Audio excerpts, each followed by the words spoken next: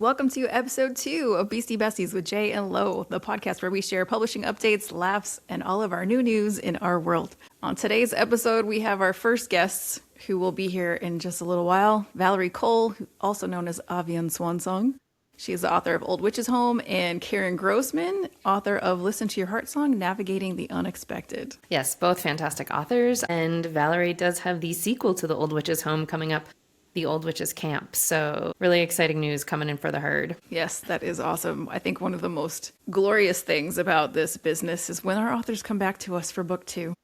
Yeah, especially a sequel. And she writes in the fantasy, which is my favorite genre. So I'm just really a kind of fantasy based in reality. And it's really a nice treat to be able to edit some of those books.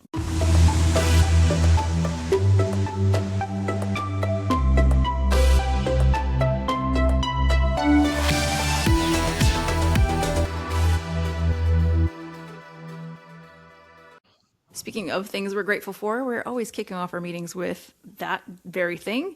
And we try to get to 3 things because 1 is easy, 2 is not too hard, but the 3rd thing gets people thinking for a minute. So I will start us off with things I'm grateful for. And first of all is this new apartment that I'm in South Brooklyn. I've never lived in a building this old before, and I didn't realize that they come with heat. So I have heat that is on almost all the time, and it can actually be too hot. I have to open a window sometimes, but you might be able to hear it in the background because it's constantly hissing. And when it's been off and it turns on, it sounds like someone is literally like banging on pipes down there, which also takes some getting used to. But I'm super grateful for it. And I am also grateful to have the ability to have a podcast like this with my Beastie Bestie since forever. With me being in New York and her being in Denver, it's just, I don't know. I think we undervalue how amazing it is to have Zoom and these tools where we can just plug in with anyone at any time. It's pretty awesome. And I'm grateful for our team and our partners who also allow us to do this type of stuff. Yeah, and I'm going to piggyback off that because I'm very grateful for my professional and my personal team. I also recently relocated, day before yesterday. So I have a fireplace now, which is my own version of Wonderful Heat that I'm really liking, and couldn't have done it without the team at WPC and my homies here in Denver. It was great how everybody just kind of jumped in and helped how they could. So I'm super stoked and just a very, very lucky girl to have all that love around me. And I'm also grateful for my dog because this is a big empty house now. And she keeps it interesting shuffling around at night. She's up in bed right now being a big old lazy bum, all snuggled up in the covers. So yes, pretty awesome. And her name is Dottie. We have to give her a shout out because we don't have Lulu and Schnelly, but we do have Dottie the dog, and she may make some barking appearances at some point. Yes, like Arnold with Lulu and Schnelly and whiskey. Dottie was my mom's dog that I rescued and brought out to Colorado, and she was named after Pee Wee Herman's girlfriend. She's a loner and a rebel also. Dottie dog. All right, and then we got to visit our intentions. I think intentions have been so helpful for me the last couple of years, and I think they'll be helpful on the podcast. So one of our intentions was to keep this on track and to get us continuing to have a regular episode release. And so we are super on track with this. We had our intro come out last week, and now we're recording our second one, this time with guests. And so we are excited to be doing that. And I think I need some winter intentions because it is cold so early. Like it's February weather in New York in early December. This is crazy. So I'm not excited about it at all. And I am already talking to people who have said they've had winter blues kicking in already. And so I'm really wanting to have some intentions about making sure on sunny days, no matter how cold it is, going outside for a minute. I don't know what winter intentions. You've been in Denver for a while. Don't get caught slipping. I mean, we had one snow a few days ago. And of course, it happened right before moving. And I forgot how slippery it was since I spent a couple years in Florida there helping the family out. I ate it really hard on the ice in front of the house. And now I am covered in bruises. So, I think it was just kind of a moment to stop and sit and go, slow down, Jess. You don't need to be moving at this pace. It'll all get done. So I think that's going to be a big intention for me this winter is not going at, Mach 1 through everything and slowing down and taking a moment to enjoy the sunny days outside when they pop up and things like that. Yeah. And honestly, we've been working on that one for a while. That one was one of the original intentions when we first started. It was like, okay, Jess needs to slow down. So, if you know Jess, you know that she is a million miles a minute and is bouncing off the walls. And if something needs to get done, it's getting done like 5 minutes ago. And in the whirlwind, the keys go here, the the other thing goes there, the purse goes there. And Mm. so I think I can see you Accurate. Accurate. bustling around in I, Denver in the cold and slipping on the ice. And I think that's just a great intention anyway, especially when it does get icy out there. We have to be more intentional about where we put our feet. precisely. And I mean, and to your point earlier, the keys go there, the purse goes there, but never in the same place twice. I got to keep myself on my toes, if not y'all. So there we go.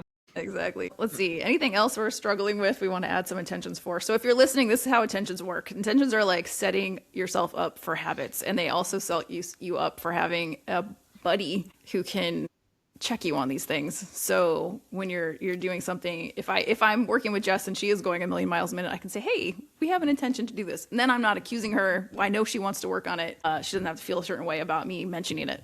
So it's a great way to, if you have a partner, friend, business partner, whatever, to really say like, this is what I want you to help me with, and let's Yes. do it together.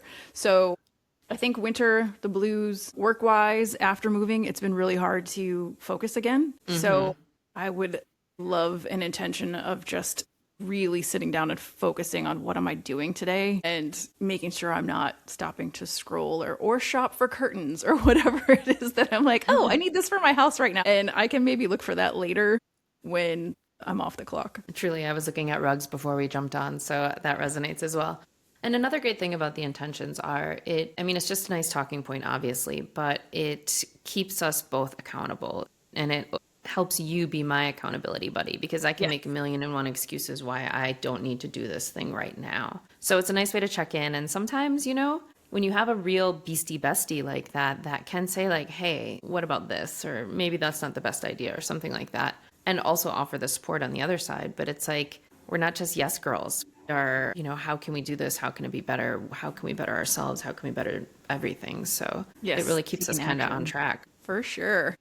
All right, now it's time for You Heard. These are our latest updates in publishing news. And actually, I think I just stole this from you on the script. So, but I did want to. I'm excited because I want to talk about Netflix buying Warner Brothers, which, from what I can tell, it's a done deal, but not a super done deal. Like there's still some hoops to jump through.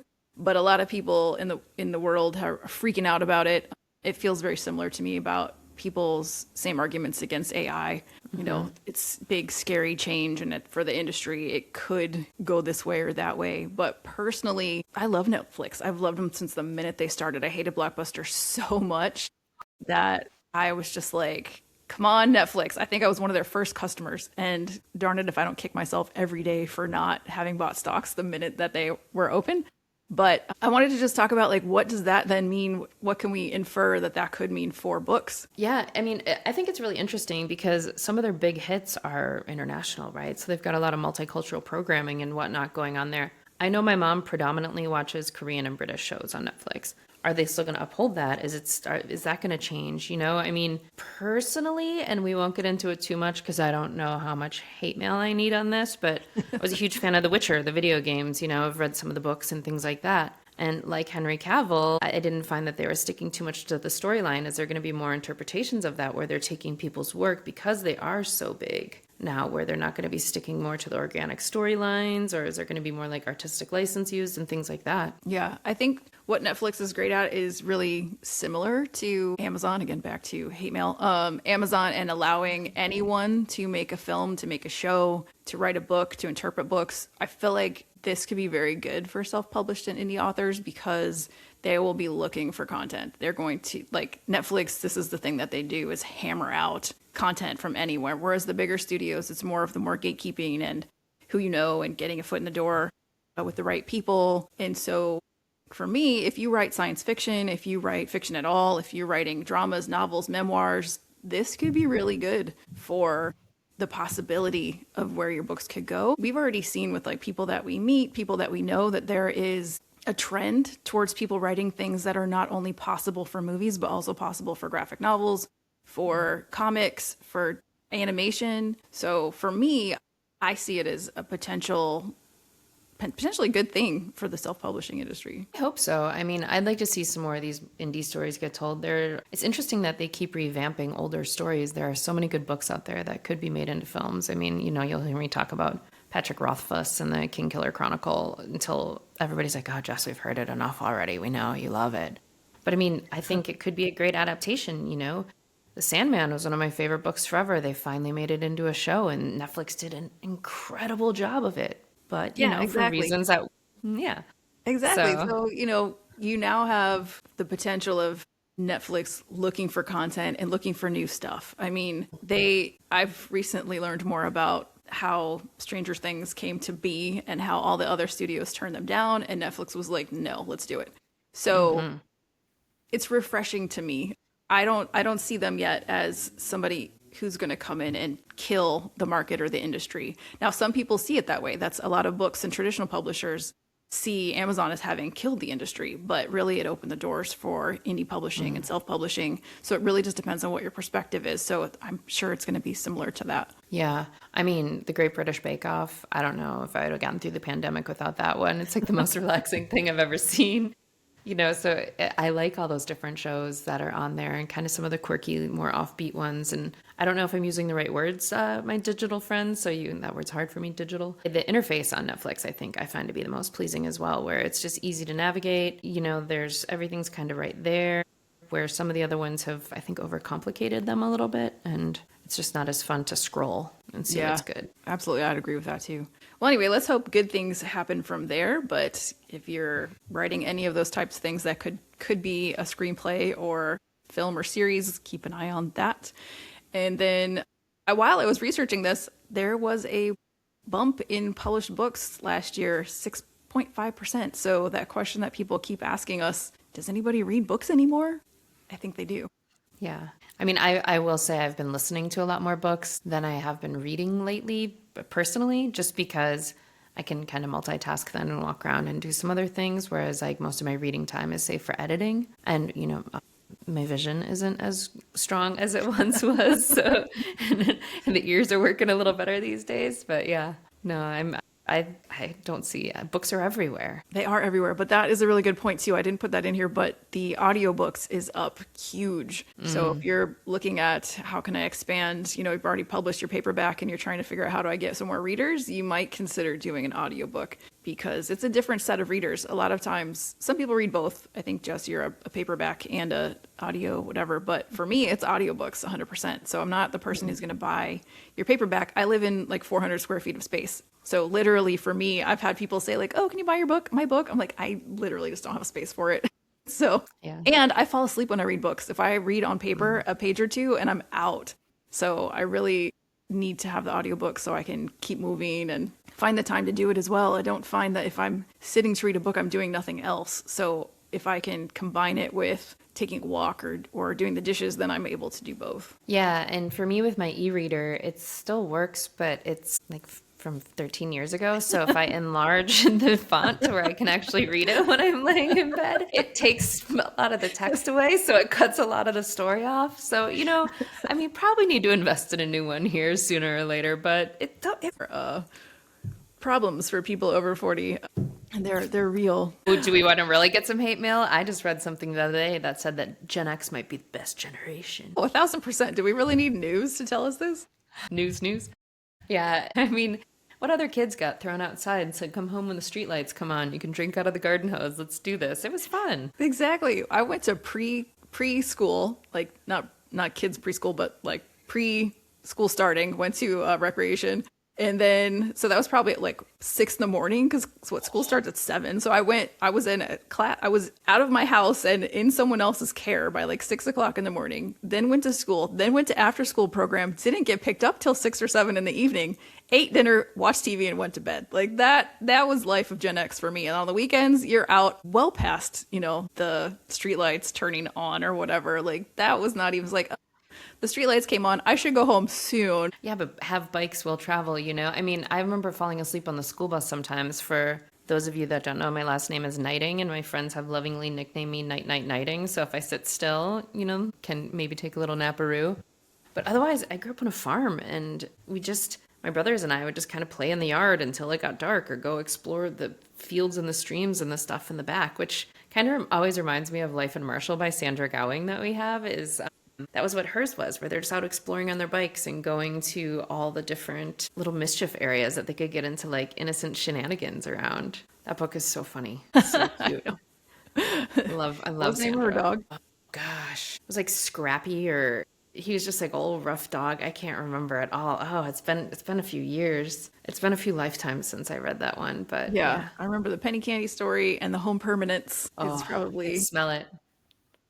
my favorite reference in there. Oh yeah. Oh yeah, so good. I asked my mom one time, like, what was I like as a kid? Because I don't really remember. And my brother and I were talking, we just could not remember, like, what was childhood like most of the time. And she pretty much just said, I don't know. I think I sat you guys in front of the TV too much. So for me, that kind of just summed it all up. I went to school and I watched TV. Maybe we ate dinner together in front of the TV. We had TV dinners, you know? I mean, and my mom said I was 4 going on 40, and now I think I reverted to like 40 going on 4. So, you know, life, it's fun. It ebbs and flows. I mean, we still have friends, right? I mean, do we have friends here? We do have our friends are here. So our first guest we're going to bring in is Valerie Cole, which we told you earlier is Avian Swansong, the author of The Old Witch's Home. And let's see, go ahead, Valerie, come on in. Hi there. How are you? Fantastic. Great. Thank you for joining us today. Yeah, it's good to be here. It's great to see you. Awesome. Well, first off, we're just going to have you here for a couple minutes. Stop by. This is our Friends Are Here segment where you just drop by and we learn more about what you're up to. So tell us about your book first, your first book. So, The Old Witch's Home is the story of a retirement community of witches, and they are faced with a real estate developer in town that wants to steal their land and turn it into a resort. And so they have to fight back using magic, using ritual as a community to make sure that they can keep their land. I know this is one of Jess's favorites. Yeah, that's what we were saying earlier. It's just so nice to have some fantasy in there. And much like another author who will not be named, you sprinkle it into reality where it just makes it all that much more, I don't know, like that it could actually happen, that magic exists, you know? And it's like, I know we see it in our daily lives from time to time, but yeah, I love when there's enough reality around it where, and the strength of community and things like that too. Well, I wrote it because it was the kind of community I want to live in. So that was my motivation, was to create a spell that would manifest the community that I want to live in. So it is written, so it shall be. Absolutely. That's awesome. I love that.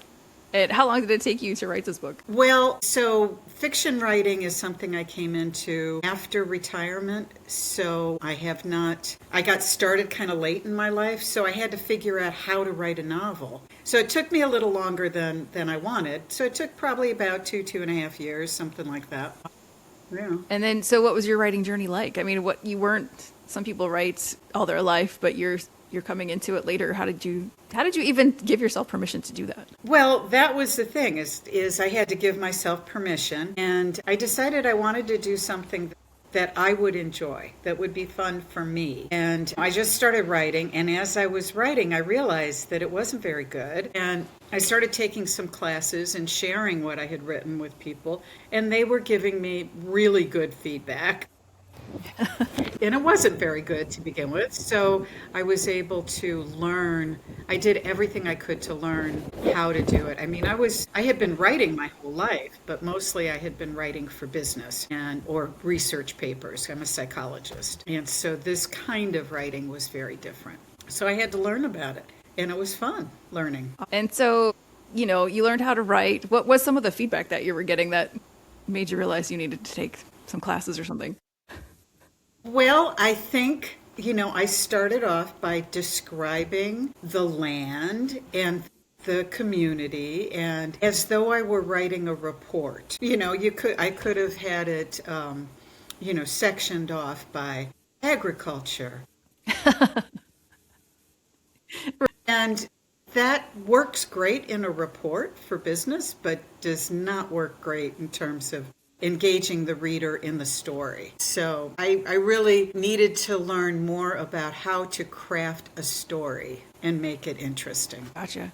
And then, so you decided it was time to publish, and how did you find us, and what was that like working with us? Well, first I started by querying a few agents and didn't get anywhere. And since I'm 73 years old, I kind of went, this could take a really long time. And let's see, how much time do I have? I'm 73. So I was talking to one of the instructors at Downtown Writer Center through the Syracuse Y, one of the places I was taking classes, and she told me about you guys. And once I talked with you, Laura and Jess, I was like, yeah, why don't I do that? That makes so much more sense, so much easier.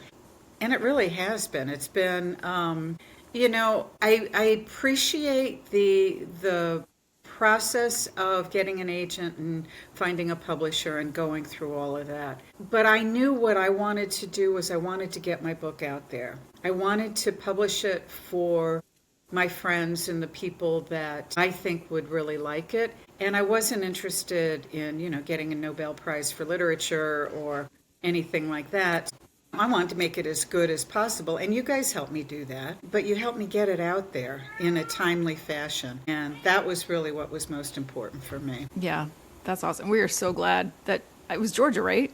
Yeah, Georgia Papa. Georgia, yes, she's amazing. She's going to be one of the amazing experienced speakers at our first annual Authorpreneur Retreat coming up at Greek Peak next August. Okay. So we love Georgia, and we're excited to continue to work with her and have her support. But I'm so glad she introduced you to us. I know, again, Gus just loves working with you and getting to read your book more times over than most. I'm really excited about the second one that's forthcoming, Valerie. Did you find diving in, here we go, diving into the second one, did the process seem a little bit smoother? Did the flow happen more? Did you put more pressure on yourself since it is your second?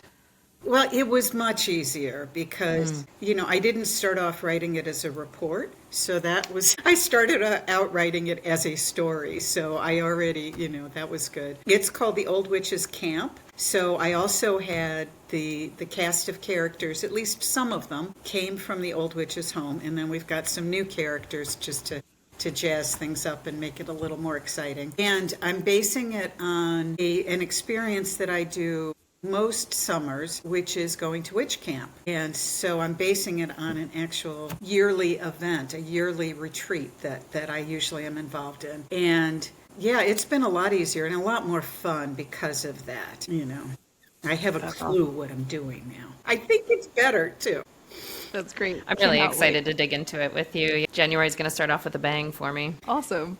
Well, stick around. We have another friend here. So we would like to welcome Karen Grossman into the room. And Karen is the author of Listen to Your Heart Song, Navigating the Unexpected. Welcome, Karen. So I'm curious.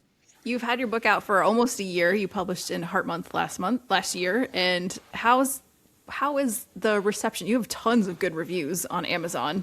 And so what experiences have you had? How is this sort of reflected how you thought it would be like being published, or what stories do you have to tell? It has been incredible. I've had so many just great conversations. If nothing else, the conversations have been, people have shared stories with me. People have been surprised that I'm listening to their stories because a lot of people don't. And I want to hear the stories. I want to hear its connection. But quickly, I'll tell you, I got a text from a friend of mine on Sunday, and she was having indigestion on Friday. And, it was an indigestion. She was just kind of whatever, and it got worse, and she just was kind of ignoring it. And then she heard my voice, and she said I should do something. And she went to the hospital, and she was having a heart attack. And yeah, so that just happened. And she's home now. Look, you saved a life. That's amazing. And she said, "What's the name of the book again? I don't have it with me." She's like bought some. She's give it to the cardiologist, the nurses, her daughter, her nieces, and that just thrills me. And I feel like it's my mom too. It's not just me. It's like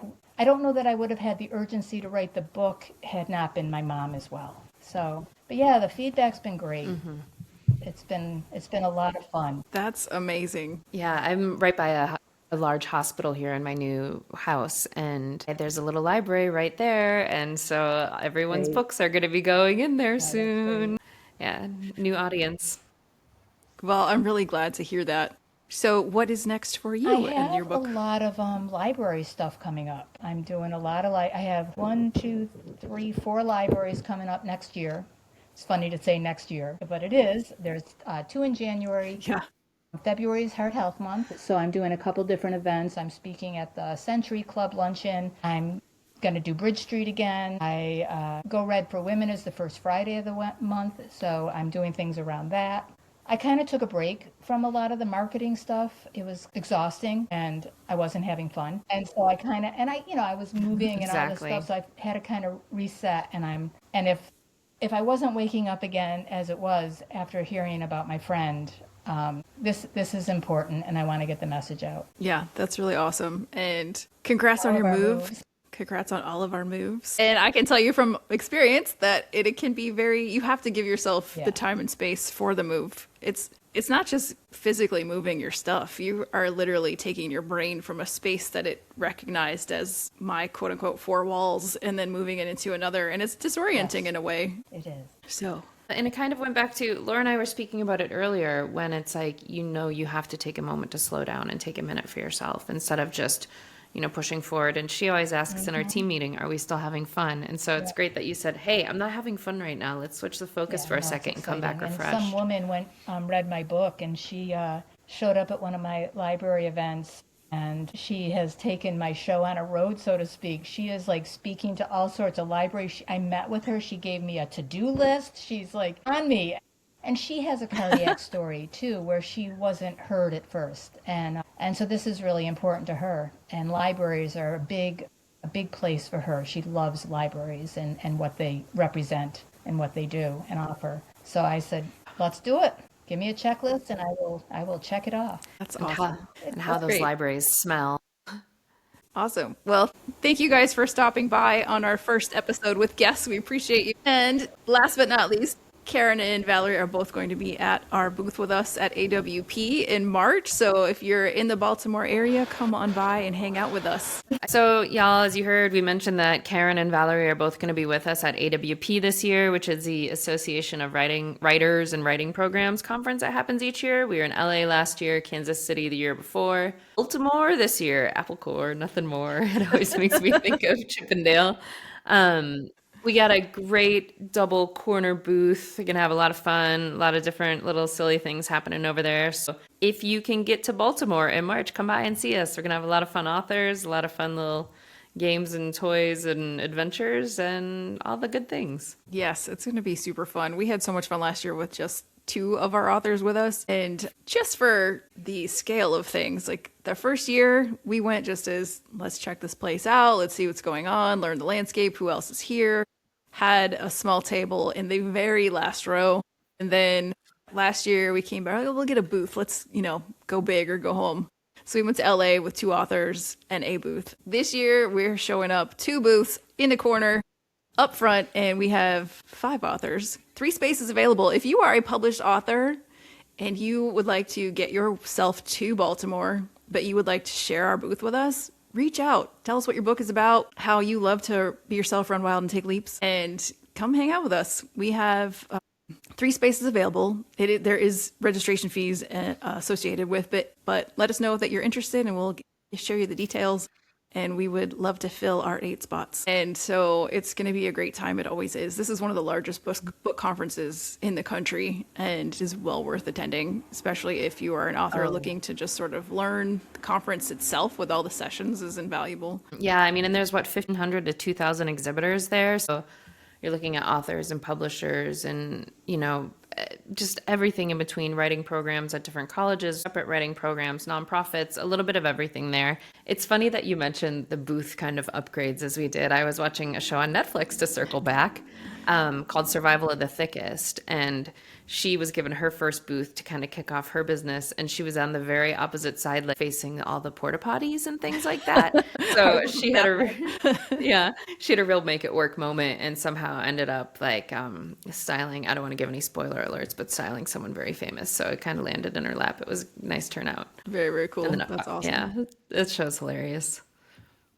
I have not watched that one. I'll have to check it Cute out. one. Yeah. And then, I mean, so if you can't quite travel in March, August is always open in the same area. We're going to be up at Greek Peak for our first annual Authorpreneur retreat. Yes. So that's going to be a good time. Yes, Greek Peak is amazing. It is one of my favorite places in upstate New York. And, they have a mountain coaster and I would say rock climbing. They don't have rock climbing. They have a ropes course and they have an indoor pool and slides and all the things that your family can do. I don't know of a whole lot of writing retreats where you can actually bring your family and they have something to do while you're doing something. And on top of that, we're not a writing retreat. So this isn't come and sit by the lake and we'll write and then we'll talk about later what did you write and how did that go. This is for all of you published authors or know that you are publishing a book, you're going to promote authors on how to do it, how to sell it, how to market it, how to set up your table at a vendor booth. What else, Jess? Everything. I mean, we'll have some kind of website marketing help on hand. We have different marketing kits and ideas and things like that. We could talk about mock-ups. We can talk about a little bit of everything. It's kind of like, all right, your book is published. Now what do you do? Where do you go? You're a little birdie that's just left the nest. And how do you make your own eggs? I don't even know. These are bad metaphors, but I'm still stuck on the mountain coaster. You can just ride the mountain coaster all day if you don't feel like coming to the workshop. For inspiration, right? But we do have some really amazing speakers, like we talked about Georgia Popoff, who is the main person at the Downtown Writing Committee in Syracuse at the YMCA. She's an amazing poetry writer and just writer all around, an amazing human, and she will be there to share her expertise. Dr. Caprono is the author of Push Them Breathe. Yes. Yeah. Yeah, Push Them Breathe. I mean, just another incredible story about overcoming life's challenges, like pushing through and breathing. She ran a marathon, was it? I believe.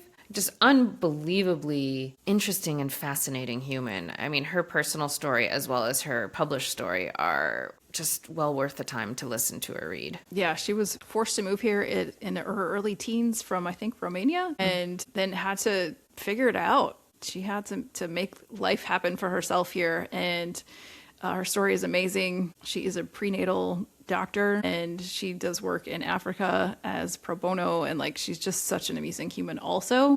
So I'm just so impressed with the way that she tours with her book and how she promotes it, and this is a person you want to learn from. And does it with such kindness and grace, and I mean, just brilliant, accomplished, wonderful person that is also lovely, just lovely to be around. Yes, so save those dates for August 1st through 23rd and come join us at Greek Peak outside of Syracuse, New York. The reason why I was stuck on the mountain coaster, if I'm going to be very honest here, is that I had a run-in with one in Germany and it didn't go so well. So, as we were talking about how I move a little fast, I asked my sister-in-law, who is a bit more of a mild driver than myself, if I needed to use the brakes, to which she said no.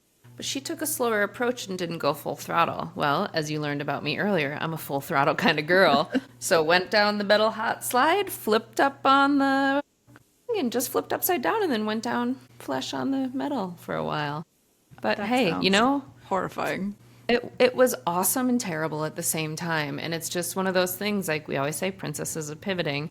Had I gone for a second turn, perhaps I would have taken a little slower. Or maybe not leaned into it and went ham on the throttle. But hey, it was fun. Makes for a great story, right? Life's mishaps. Yeah, for sure. I take a bit more cautionary approach to these things. Having seen my mom fall at almost every family vacation we ever had, I was like, okay, I got the clumsy gene, so we're not doing that. Yeah, my little brother and I were a handful because whenever we'd go stay with our uncle, he'd always say, bring extra socks and underpants in case you fall in the lake. No joke. Nathan would get right by that lake and fall in 2 seconds. So just plan ahead. So we got some tips to share this episode. And let's see. I think if you have a question, there's something you want us to talk about in the publishing world. I mean, that's what we're here for. We can yammer all day long, but we're here to share publishing information with you, how to do it, what to do. If you have questions about how to publish your own book or things that we do, just hit us up with a question at info@wildebeestpublishing.com. And Jay, got any editing tips you'd like to share today? Yeah, one thing that I've noticed that the rules have changed a lot and they're not as strict as they once were. And while, I'll go through with my authors and make suggestions, ultimately it's their voice that I want to preserve. And sometimes people like to get a little stylistic with their sprinkling of punctuation and things like that. And I'd say if that's what you want to do, do it, but be consistent so it looks clean, you know, because it's like, I know some of us are a little bit more edgy or want to be a little bit more creative or like to like throw a certain flair on it. Go for it. Just make sure that you are consistent with it. If you're like, I want to use semicolons in this place all the time, then do it. Use the semicolons. If you know, I'm a lot more lax with dialogue, but you know, they'll use certain dialogue styles to kind of differentiate between, is it inner monologue? Is it remembering something someone else said and things like that. So go ahead, go a little crazy, put your own creative spin on it, but just be consistent with it. Yeah, that makes total sense. I think design layout wise, if I would give a tip for today, it's really, there's so much help already out there. We've got help articles and stuff on our website, but you can also go to YouTube. I think sometimes you're like, oh, I don't know how to do it. There's this resource called YouTube. Every platform you could think of on how to, like, whatever you've got access to, whether it's Photoshop or Canva or whatever, there's how to do everything. And then also, we now have this thing called ChatGPT. Some people are using it, some people aren't. You don't have to use it for writing, but you can use it for, how do I do this? What do I do next? How do I, you know, any question that you have, you can still be asking it for assistance. So you don't have to feel like, I don't have anywhere to turn or where to go.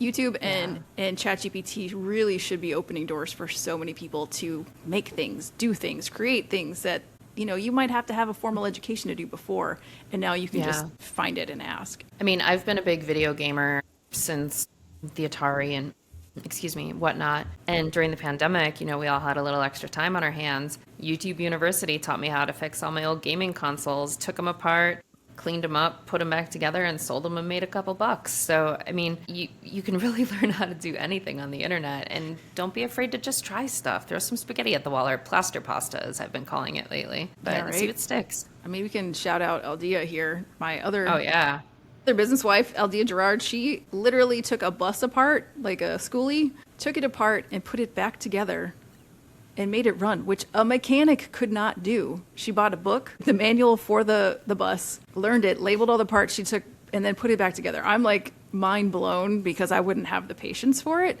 but she is stubborn. And so she's like, I'm just going to do it. I'm going to figure this out. But talk about beasties. She is a beast. I'm so proud of her for that. And it runs, like, literally, it couldn't, like, other mechanics like, oh, I can't figure it out, I don't know what the problem is. She's like, I'll just take it apart and put it back together, and then it will run. And it did, and it's freaking awesome. And she did it with a book and YouTube, so you can do it. You can. I mean, and, like, this is a person who's an artist, like, unbelievably talented artist. There are sneakers that she paints and websites she creates and, like, everything else she does, and still found time to fix a school bus. Did she drive that down south, or did... Not yet, not on that trip. Oh, okay. But it's that's still, amazing. Like, so awesome. So she's so rad. Those are our tips for today. And now it's time for our synchronicities and acorns. I think I've been so wrapped up in my moving lately that there hasn't been a lot of synchronicities for me outside of, I was speaking with my life coach, and we were trying to figure out which house to move in and whatnot. She's, you know, intuitive, and I'm a little woo-woo and whatnot. My father passed last year, and so she pulled some tarot cards from different decks on it, and the one that she pulled for the place I'm currently living in came up with a father card. So there's just been some little stuff like that where it just feels like my dad's there and he's kind of looking out for me and helping me along the path of it. Yeah, but I think that's great because that's just a reminder of why we wanted to include this, because of Carolyn Copeland Homer's book. Yeah, wow. Yeah, and I don't know if you want to like describe that real quick. Oh my gosh, her book is. We went to high school with Carolyn, and she reached out to us because her brother had passed in a cycling accident, and so basically, then when they recovered his personal effects, they found an iPod with the song stopped at 2 minutes and 27 seconds, and it was "Sticks Come Sail Away." And so she listened to the song and looked at with the lyrics, and the lyrics at that point in time, it was kind of a drum solo, and it was picking up, and then I'm going to butcher the lyrics, and I don't know, but it said something about a chorus of angels coming and singing, and then that number 227 just started popping up everywhere in her life, and just led her down a path she didn't think she'd ever be on, writing a book, and just, you know, kind of all the little synchronicities that came along with that one. It's wild how many there are. I mean, you know, you could put blinders on and still see these signs that she saw. Exactly. It's really cool. And it expands. Once we heard the story, we start seeing it different places. I'll be walking down the road. I'm like, oh, that's a really cool door. And I go to take a picture, and the address is 227. Like, I walked by 1,000 doors. This is the one that caught my attention. And, whether you Yeah. believe that that has any meaning or not, I like to think it does. It's Yeah. a choice. And No. so anyway, I've had tons of synchronicities lately. And just in the last couple of days, the other day, I decided to wear my Hans Zimmer shirt, and which I haven't seen. It's been in storage for 2 years. And then since I moved, I'm like, oh, I finally get to wear this again. I went to see Hans Zimmer live with another friend from high school, who is now known as Snow Owl. He's an amazing bass player and was part of the Dune soundtrack. What do you call it? He wrote the Dune soundtrack, the bass part. And so I went to see him in Paris and got the t-shirt there. And then I wear the t-shirt that morning. And then the very first post I see on Instagram is about Hans Zimmer. And I didn't know this story about how he became a composer. And so I was like, what? I never, it's coincidence, yes. But the fact that I'm wearing the shirt and I haven't even had access to it. And then I see this and it just was cool. And so, yeah, I learned that Hans Zimmer has no formal university training on how to be a composer, which is the very thing that made him who he is, and able to, instead of write a song and then they sort of fit the song to the scene, he made the feeling and the emotion and was using, unorthodox means to do this. And a lot of people didn't like it and probably still don't. But, it just started with, one small thing and then just, now it's like some of his songs are so iconic and amazing that you're never going to forget them and they'll be around for centuries. And it's so cool. And then the other one after that, I'm watching Stranger Things for the third time, because why wouldn't I? And I was like, man, I wonder what their auditions were like. I would love to just see, what they were. And then again, on Instagram the next day, the very first thing I see is their auditions. Like, here's a post that has every single one of them. I didn't have to look for it. I didn't have to remember to say, oh, I want to see what does this look like? And there they are. And it was just, they were so cute, by the way. I was like, this is so cool. The actor that plays Dustin was on a podcast I listened to the other day. I think his name is Gaten Matarazzo or something like that. He's so cool and he's so funny, just really quick, conscious, cool dude. And he was talking about bringing it back to Netflix, how I think the finale for the show is going to be a theatrical release first off, because they wanted it to be that big. And since the whole story of Stranger Things kind of reads like a long movie as well, they put so much into the production value. I mean, even just especially for us, growing up in those years, the nostalgia of all that set design and just the artistry that gets put into that show. I mean, I see what you have to watch it 5 times just to catch all the details. Yeah. There's so many details and the nostalgia and just the kids. So going back to Beastie Besties, these kids are Beastie Besties. They are best friends who are saving the world in Hawkins. So it's just near and dear to the heart, I guess. Yeah, literally ride or die on their little banana seat, bikes cruising all around town. Yeah. And then the last one I want to mention is kind of sad. My friend Debbie Cinco passed away 2 days ago. She was one of my biggest supporters from my job that I hated. And I moved to Central New York. She moved to Central New York. And we used to be in touch quite often. And then the last couple of years has been less and less. So I was really kind of sad that, I hadn't really taken the effort myself to reach out more, as we do when that happens. Mm-hmm. But because it was unexpected. I just, she'll be here forever. And then I'm watching Scrubs, another show with my 2 Beastie Besties, because JD and Turk are the best. And I'm watching reruns of Scrubs because there's a reboot coming and I must be prepared. And the episode is season 5, where Mrs. Wilkes has been on for 3 or 4 episodes, and then she gets an infection and she dies. And that is how Debbie died in the hospital. And I'm like, oh, of all the days to catch this episode. And it's a bittersweet, sad episode. And just, again, synchronicities. It hit home and reminded me to think of her one more time for that day, Well, I mean, and that kind of goes with our theme of this episode, really, too. Slow down, take a moment for the things that matter. Life is going to happen super hard one way or another. I mean, I think of my friend Greg Wolf that passed last year, and how much I wanted to reach out to him. And I'm like, oh, call him. And then you get busy or you think about it, time change zone things. And it's just stop, eat the cookie, call the friend, do the thing. Things are going to happen. Life will be there, but your friends may not. So hug your homies. That's right. Say hi to your Beastie Besties.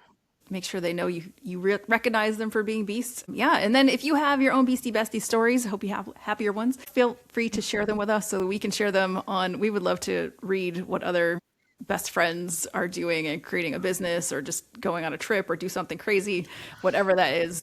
feel free to send them to us at info@wildebeestpublishing.com and we'll share them. Jess, anything else you want to touch on before we head off today? No, I don't think so. I mean, you just brought back some really great memories when you're talking about Beastie Besties and just thinking of our friendship over the years and just so many silly things that we'll get into in future episodes. But I'm happy to be doing this with you, pal. Likewise.